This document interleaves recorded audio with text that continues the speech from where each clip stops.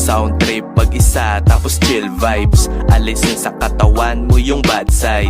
Mag-isip ng positibo, sulitin ang time. Damahin magandang hangin, enjoyin ng ride. Ika'y magpakalayo, hanapin mo ang peace. Iwas ka sa mga taong ika'y dinidis. Hayaan mo, wag pilitin, iwasan ang please.